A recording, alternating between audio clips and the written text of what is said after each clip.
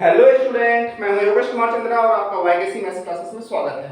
दोस्तों, मैं इस वीडियो के माध्यम से जवाहर नवोदय विद्यालय और सैनिक स्कूल में प्रवेश परीक्षा की तैयारी करवा रहा हूं।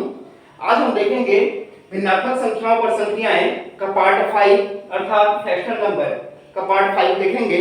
मैं इस भिन्नात्मक संख्या के बारे में संक्रिया के बारे में मैं 1 से 4 तक वीडियो ऑलरेडी बना चुका हूं। आप प्लेलिस्ट में जाके देख सकते हैं, ठीक है, और तो ज्यादा समझ में आएगा। ठीक है, उसमें बहुत ही महत्वपूर्ण क्वेश्चन और कुछ नियम के बारे में बताया हूं। तो देखिए दोस्तों, अगर आप मेरे साथ पूरा वीडियो देखते हैं मेरा और प्रैक्टिस करते हैं मेरे साथ साथ, मैं जो बता रहा हूं उसके हिसाब से प्रैक्टिस करेंगे, तो आपको जवाहर नवोदय विद्यालय सैनिक स्कूल जिसमें भी आप पार्टिसिपेट होना चाहते हैं, आपके सिलेक्शन को कोई रोक नहीं सकता। ठीक है, लेकिन उसके लिए जरूरी है कि आप प्रैक्टिस कीजिए। जो सवाल मैं बता रहा हूं उसको आप सॉल्व कीजिए, ठीक है, और मेहनत कीजिए, आपका सिलेक्शन निश्चित है। चलिए देखते हैं क्वेश्चन। तो दोस्तों, मैं चाहूंगा कि क्वेश्चन हल करने से पहले ये चाहूंगा कि आप मेरे इस वीडियो को सब्सक्राइब कर लें और बेल आइकन को जरूर क्लिक करें ताकि मेरे आने वाले वीडियो का नोटिफिकेशन आपको मिलता रहे और आप प्रैक्टिस कर सकें।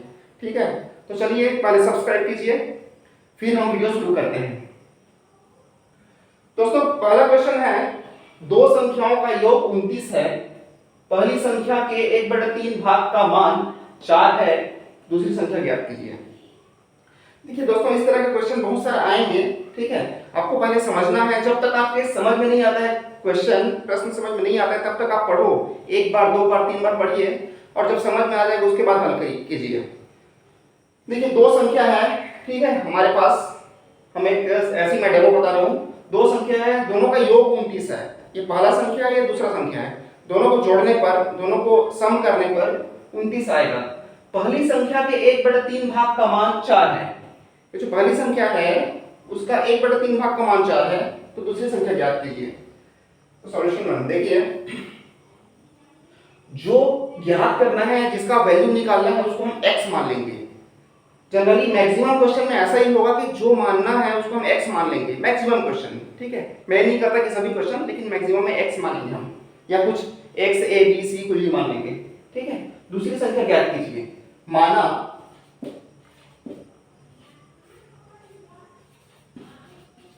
दूसरी संख्या x है। ध्यान दीजिएगा दोस्तों, दूसरी संख्या x है, ठीक है, तो पहली संख्या क्या होगी?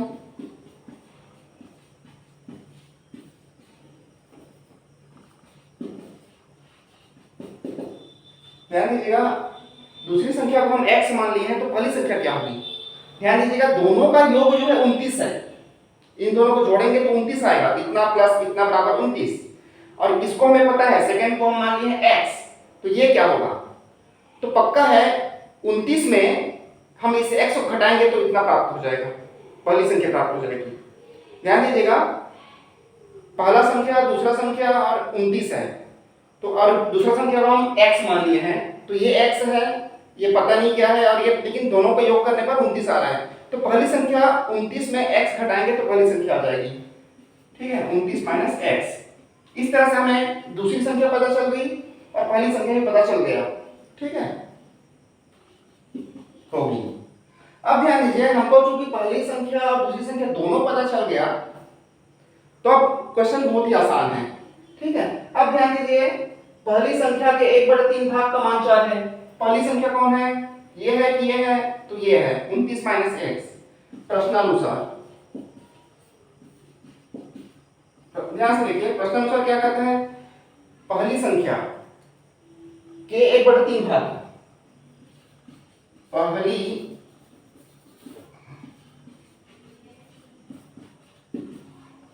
संख्या का 1/3 भाग का मान कितना है? 4 है।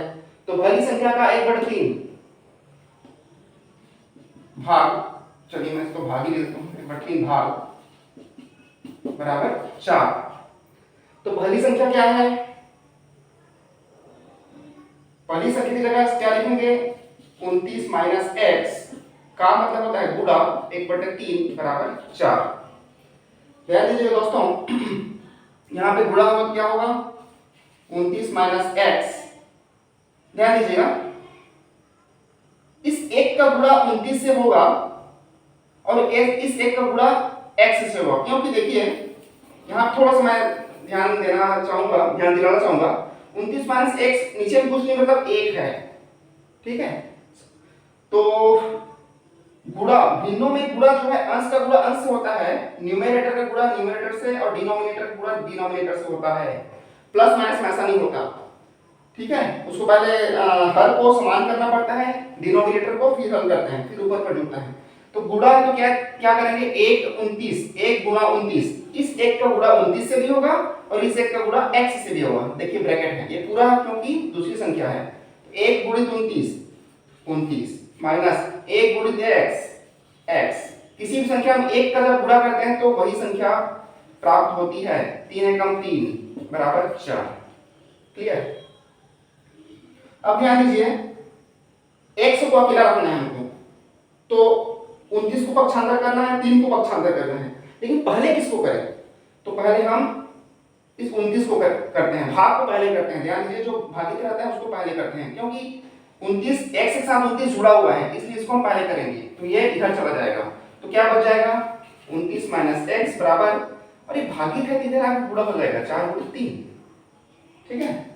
तो ये 29 माइनस x बराबर 4 किया 12।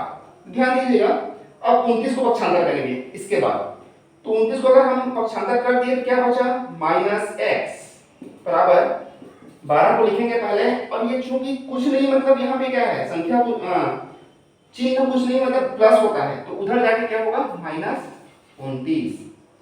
तो ध्यान दीजिएगा माइनस x बराबर 12 माइनस 29। देखिए ये 12 प्लस है, 12 प्लस है, और ये जो 29 है वो माइनस है। तो माइनस और प्लस होने पर हमेशा घटता है। 29 में 12 गया तो 9 में 2 गया 7 और 2 में से 17, ठीक है। लेकिन बड़ी संख्या कौन सा है 29, उसके सामने क्या है माइनस, तो ये माइनस हो जाएगा। क्लियर।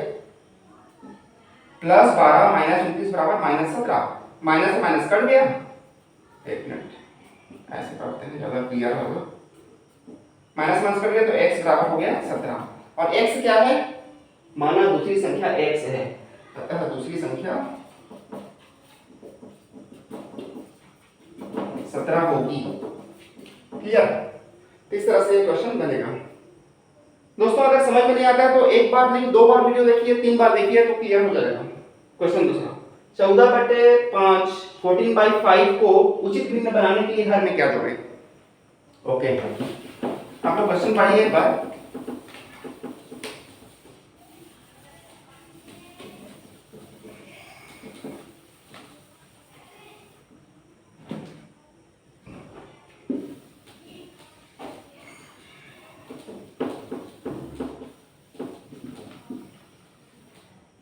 चौदह बटे 5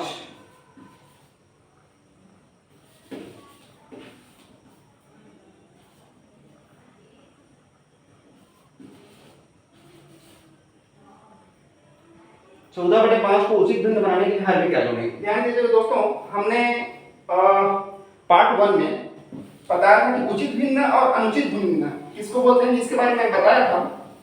अगर नहीं आप लोगों को याद नहीं होगा तो वो वीडियो जरूर देख लें, ठीक है। किसको उचित भिन्न बोलते हैं और किसको अनुचित भिन्न बोलते हैं। चलिए शुरू करते हैं। ध्यान दीजिएगा उचित भिन्न और अनुचित 2 भिन्न होता है। भिन्न बहुत से प्रकार के होते हैं, लेकिन उचित और अनुचित के बारे में जो भी पढ़ रहे हैं तो उसी के बारे में बताऊंगा मैं। उचित भिन्न वह भिन्न होता है जिसका ऊपर वाला जो अंक होता है मान होता है अर्थात अंश वो छोटा होता है हर से, न्यूमरेटर स्मॉल होता है डिनोमिनेटर से, उसको हम उचित भिन्न बोलते हैं। देखिए यहाँ पे 14/5 ये 14 बड़ा है, अंश बड़ा है हर से, मतलब ये उचित भिन्न नहीं है, ये अनुचित भिन्न है। इसको उचित भिन्न बनाना है मतलब हर को बड़ा करना है, इससे 14 से बड़ा करना है। तो सीधी सी बात है 5 में हम क्या जोड़ें, हर देखिए हर में क्या जोड़ें, इस हर में हर अर्थात 5 में क्या जोड़ें कि वो 15 हो जाए। 14 से बड़ा क्या होता है 15, तो इसको 15 बनाने के लिए कितना जोड़ेंगे, तो पक्का है 5 में क्या जोड़ें कि 15 हो जाए, तो 10 जोड़ेंगे।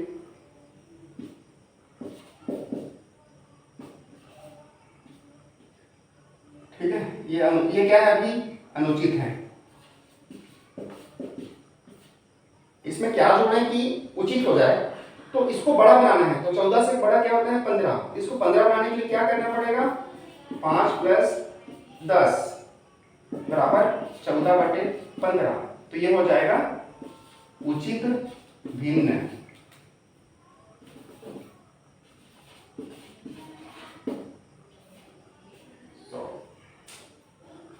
ये हो जाएगा उचित भिन्न। तो ध्यान दीजिएगा क्या जोड़ेंगे, अतः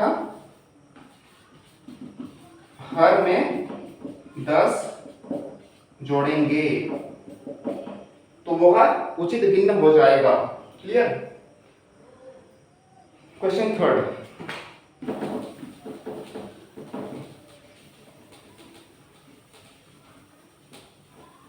क्वेश्चन थोड़ा देखिए दोस्तों, बहुत ही इंपॉर्टेंट है और थोड़ा सा आपको समझना पड़ेगा इसको। राम एक किताब का 3/8 भाग पहले दिन, शेष किताब का 4/5 भाग दूसरे दिन पढ़ता है। यदि अब 30 पन्ने पढ़ने के लिए और बचे हों तो किताब में कुल कितने पन्ने हैं। ध्यान दीजिए दोस्तों, थोड़ा समझने वाली बात है यहाँ पे। राम एक किताब का 3/8 भाग पढ़ते हैं। एक काम करते हैं, एक किताब है जिसमें पता नहीं कितने पन्ने हैं, ठीक है, लास्ट में 30 पन्ने और बच जाते हैं। वर्तमान में हमको भी नहीं पता कि कितने पन्ने हैं, उसको हम मान लेते हैं, मान लो ये किताब के पन्ने हैं, ठीक है। तो क्या करता है, राम एक किताब का 1/8 भाग पहले दिन पढ़ता है, तो इसको हम 8 भाग करेंगे, उसका 3/8 भाग। तो ऐसा अगर करेंगे तो ये 1/8 भाग, ये 2/8 भाग है, ये 3/8 भाग। मान लो ये 3/8 भाग है, 3/8 भाग। क्लियर। 3/8 भाग पहला दिन पढ़ा। अब बच गया कितना, इतना। शेष किताब का 4/5 भाग दूसरे दिन पढ़ता है। अब ध्यान दीजिएगा, जो बचा हुआ है उसका 4/5 भाग पढ़ता है, पूरे का नहीं, ठीक है। अब इसका 4/5 भाग मतलब इसको अगर हम 5 भाग करें, 5 भाग में 4 भाग पढ़ता है, मतलब ये अगर 5 भाग कर दें तो कितना होगा, 1 भाग, 2 भाग, 3 भाग और ये 4 भाग। मतलब ये वाला पोर्शन वो पढ़ता है दूसरे दिन। ये जो है वो है 4/5 भाग। क्लियर। अब यदि 30 पन्ने पढ़ने के लिए और बच गए तो किताब में कितने पन्ने हैं, और ये कितना है 30 पन्ना, 30 पन्ने हैं। क्लियर।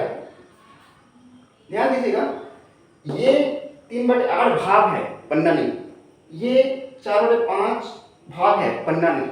लेकिन ध्यान दीजिएगा, ये जो है ये 3/8 है, तो ये कितना होगा, हम टोटल को 8 भाग किए ना, उसका 3 भाग, तो ये पक्का है टोटल ये कितना भाग होगा 5/8। 3 के बाद 4, 5, 6, 7, 8, 1, 2, 3, 4, 5, 5/8 भाग। ठीक है। तो ये पन्ना कितना होगा, इसके लिए देखिए हमें मान के चलेंगे कि टोटल पन्ने की संख्या मान लो x मान लेते हैं, ठीक है। x पन्ने, कुल टोटल x पन्ने हैं, तो इसमें पन्नों की संख्या कितनी हो जाएगी, तो x का 3/8 पन्ना, ये कितना हो जाएगा। तो ध्यान दीजिए, ये 5/8 भाग है, उसका 4/5 भाग है, तो x का 5/8 का 4/5 पन्ना। ध्यान दीजिएगा, शब्दों पे ध्यान दीजिएगा। ये 3/8 है तो पक्का है ये 5/8 होगा ना, और उस 5/8 का 4/5 भाग है ये वाला, ठीक है। तो x का 5/8, ये x का 5/8 पन्ना है, उसका 4/5 पन्ना वो दूसरा दिन पढ़ा, और अंत में बच गया कितना 30 पन्ने और, ठीक है। तो अतः प्रश्नानुसार क्या हो जाएगा,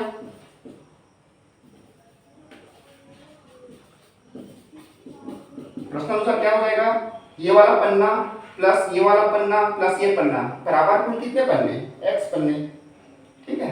प्रश्नानुसार क्या हो जाएगा, x का 3/8 पन्ना प्लस x का 5/8 का 4/5 पन्ना प्लस कितना बन गया 30 पन्ने बराबर x। टोटल x पन्ने माने हम, ठीक है। अब क्लियर हो जाएगा। x का मतलब होता है गुणा 3/8 प्लस x गुणा 5/8 गुणा 4/5 प्लस 30 पन्ना इज इक्वल टू x। ध्यान दीजिएगा दोस्तों, x का गुणा 3 से होगा, x के नीचे 1 है तो अंश गुणा अंश से होता है, तो 3x/8 प्लस 5x/8 सॉरी, ठीक है। इसको अगर करता है तो बताएंगे हम। देखिए 5 एकम 5 एकम 4 एकम 4 दूनी 8, तो x एकम x x एकम x x/2 एकम 2। ये पूरा अगर कटता है तो काटना है, इतना गुणी जितना है, ये आपस में कटेगा। प्लस 30 बराबर पन्ना, जो आएगा वो पन्ना है, ठीक है। अब ध्यान दीजिए दोस्तों, इसमें x है, इसमें x है, इसमें x नहीं है, इसमें x है, तो x वाले जो संख्या है उसको एक तरफ लेंगे, मतलब इस x को इधर ले जाएंगे, तो यहाँ बच जाएगा 3x/8 प्लस x/2, और यहाँ ये प्लस x है, इधर आके आएगा तो क्या हो जाएगा, पक्षांतर होगा तो माइनस x बच जाएगा, और ये 30 इधर जाएगा तो क्या हो जाएगा -30। ध्यान दीजिएगा, इस x को पकड़ के हम इधर ले आए लेफ्ट हैंड साइड में तो माइनस हो गया, और प्लस 30 को उधर ले गए तो प्लस 30 है तो -30 हो जाएगा, ठीक है। अब ध्यान दीजिए, इतना बटा 1 है, 3x/8 x/2 x/1 बराबर -30। अब सब में x है, ठीक है, तो 8 2 और 1 का लघुत्तम 8, तो 8 को हम 8 बनाए तो 8 एकम किए, तो 1 गुणा 3x मतलब 3 ही x होगा, प्लस 2 चौके 8 होता है, 2 को 8 बनाए मतलब 2 चौके किए तो उस 4 का गुणा x करेंगे तो 4x माइनस 1 अट्ठे 8 होता है, तो 8 गुणित x मतलब 8x होगा, ठीक है। 1 अट्ठे 8 गुणित x बराबर 8x बराबर -30। ओके, ध्यान दीजिएगा इसको, 3x plus 4x minus 8x। देखिए दोस्तों, 3x प्लस 4x कितना होगा, 7x माइनस 8x बटे 8 बराबर -30। अब देखिए 7x माइनस 8x ये प्लस में है, ये माइनस में है, तो कितना हो जाएगा -1x बटे 8, और 1 को लिखते नहीं है लेकिन मैं आप लोगों को समझाने के लिए लिख दिया हूँ। 8 में 7 दे तो 1 होता है, -30, माइनस और माइनस कट गया, तो हमारे पास x बटे 8 बराबर 30, तो x बराबर ये 8 पक्षांतर होकर उधर जाएगा तो क्या हो जाएगा, गुणा हो जाएगा, यहाँ भाग है तो गुणा, तो x बराबर 8 या 24, 240 पन्ने होंगे टोटल, ठीक है। ध्यान दीजिए दोस्तों, यहाँ पे जो समीकरण है वो जानना जरूरी है, ये जो बताया वो, बाकी तो समीकरण मिलने के बाद हल हो ही जाता है। देखिए दोस्तों, ये 3/8 है, इसको एक बार वीडियो को देख लेंगे, ठीक है, तो क्लियर हो जाएगा, 2 बार 3 बार देखेंगे तो। यहाँ वाला जो पोर्शन है वो थोड़ा सा डाउट वाला है, तो आप समझ जाएंगे। ये जो है पूरा पोर्शन, ये अगर 3/8 है तो ये 5/8 होगा ना, ठीक है, क्योंकि 3/8 प्लस 5/8 बराबर 8/8 होता है, माने पूरा 1 हो जाता है, ठीक है। तो इस तरह से ये क्वेश्चन सॉल्व हो गया। नेक्स्ट क्वेश्चन,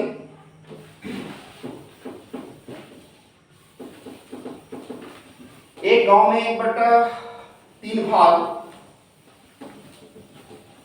शिक्षित हैं,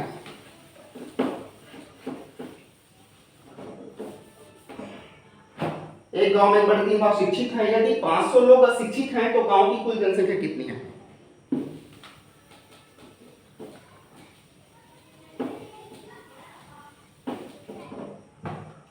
ध्यान दीजिएगा दोस्तों, एक गांव में 1/3 भाग शिक्षित हैं। चलिए एक काम करते हैं, मैप से बनाते हैं, चित्र के माध्यम से बनाते हैं, ज्यादा समझ में आएगा आप लोगों को,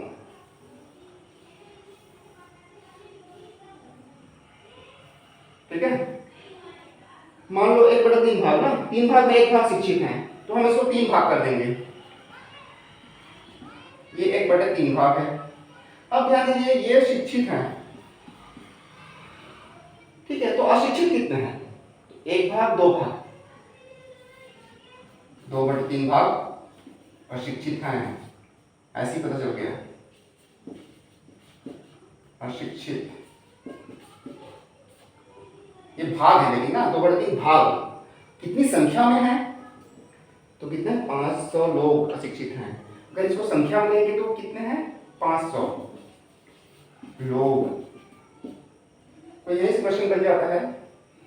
टोटल हमें उस गांव की जनसंख्या नहीं पता, इसलिए उसको हम x मानेंगे। देखिए गांव की जनसंख्या कितनी है, तो माना गांव की जनसंख्या x है, माना गांव की जनसंख्या बराबर x, टोटल जनसंख्या x है। और देखिए दोस्तों ध्यान दीजिए, क्वेश्चन जहां दिया रहता है, जो डेटा दिया रहता है, जो संख्या दिया रहता है, वहीं से बनता है। ये 500 से ही बनेगा, और 500 क्या है? अशिक्षित है।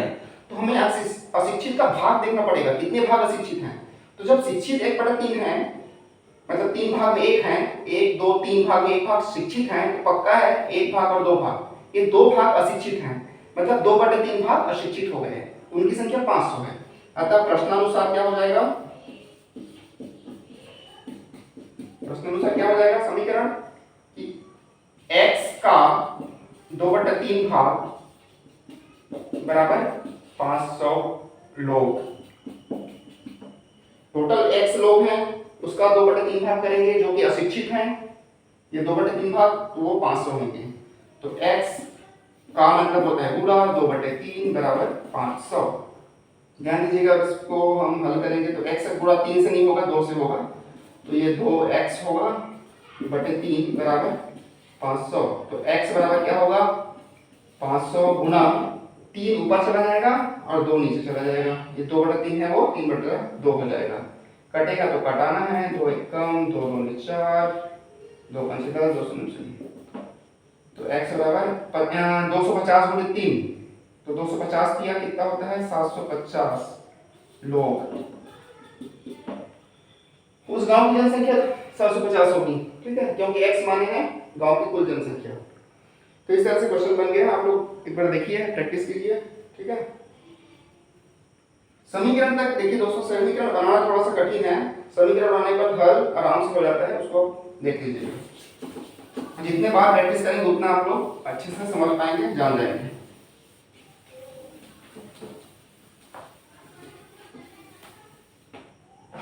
नेक्स्ट, यदि सीता एक पुस्तक का 1/4 भाग सुबह तथा 1/3 भाग शाम को पढ़ चुकी है, तो अभी और कितना भाग पढ़ना शेष है? देखिए दोस्तों, जब तक क्वेश्चन आप समझेंगे नहीं तब तक बनेगा नहीं। यदि सीता एक पुस्तक का 1/4 भाग सुबह तथा 1/3 भाग शाम को पढ़ चुकी है, तो अभी और कितना भाग पढ़ना शेष है?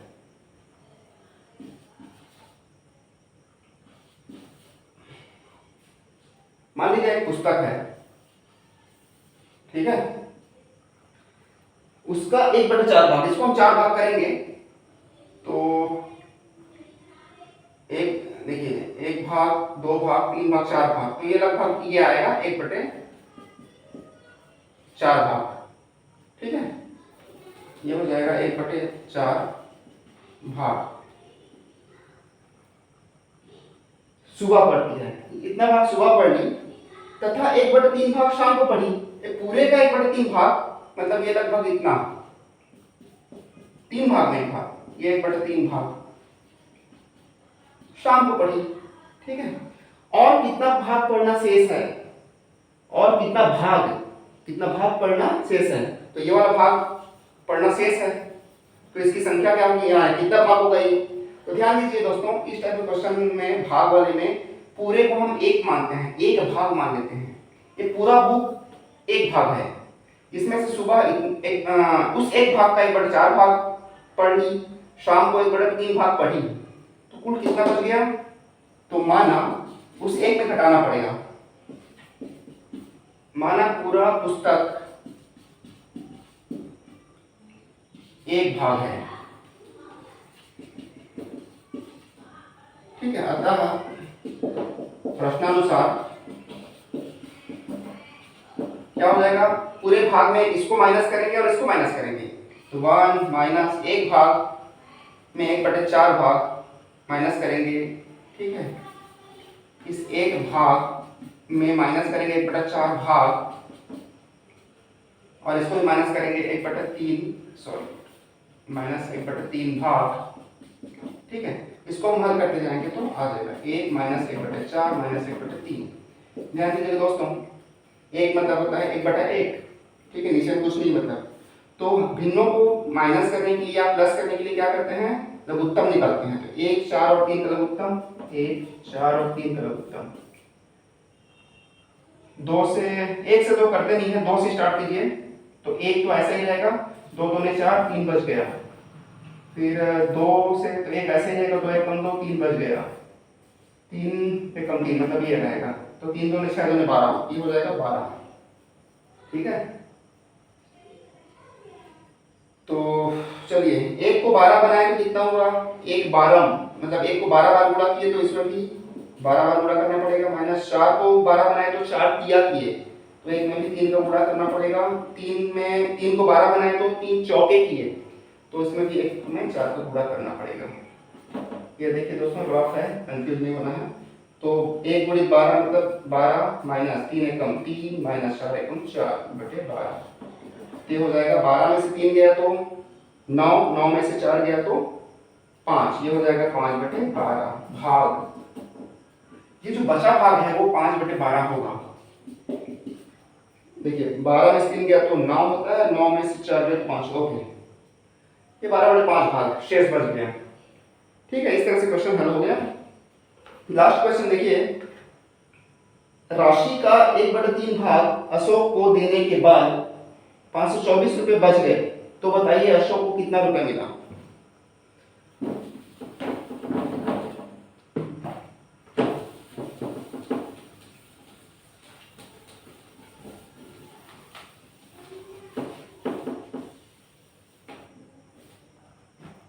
ध्यान दीजिएगा दोस्तों, राशि का मतलब रुपए का, रुपए का 1/3 भाग अशोक को देने के बाद 6, मान लीजिए ये रुपए है। मैथ्स चित्र के माध्यम से समझेंगे तो बहुत इजी हो जाएगा। 1/3 भाग, इसको हम 3 भाग करेंगे, उसका 1 भाग ये वाला 1/3 भाग, ये 2/3 भाग है, ठीक है। 1/3 भाग अशोक को देने पर इतना भाग, पता नहीं कितना रुपए है वो नहीं पता, ठीक है, उसको हम x मानेंगे, लेकिन उसका 1/3 भाग अशोक को दे दिया गया, तो कितना बच गया। ध्यान दीजिएगा, ये 1/3 भाग है तो ये 1 भाग 2 भाग, डेफिनेटली ये 2/3 भाग होगा, ठीक है। देखिए 1/3 भाग अशोक को दे दिए और बच गया ये, और बचा हुआ भाग कितना है, 524 है, ठीक है। तो यहां से बनेगा, अब माना टोटल कितना रुपए है, x मान लेते हैं।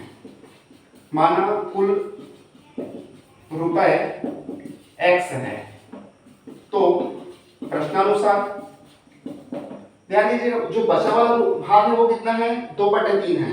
किसका 2/3 है, कुल रुपए का। तो x का 2/3 भाग बराबर कितना है, 524 रुपए। तो x गुणित 2/3 बराबर 524।